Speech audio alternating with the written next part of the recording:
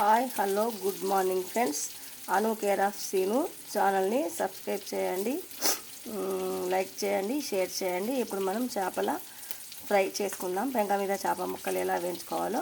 First చేప ముక్కలకి ఉప్పు, కారం, మసాలా, చిటికెడు పసుపు కలిపి అరగంట సేపు మ్యాగ్నేట్ చేసి పక్కకు పెట్టుకోవాలి. పెట్టుకున్న తర్వాత ఇంకా మనం ఇట్లా పెంక పైన ఆయిల్ పోసుకొని ఇట్లా వేసుకొని వీటిని కలియ తిప్పుతూ ఉండాలన్నట్టు. ఇట్లా రిటర్న్ చేయాలంటే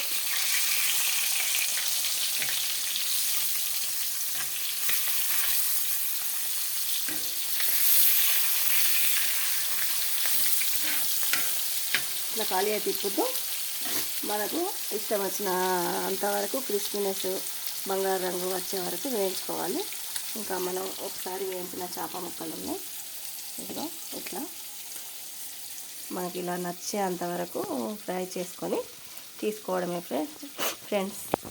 ఇంకా చేప ముక్కలు రెడీ.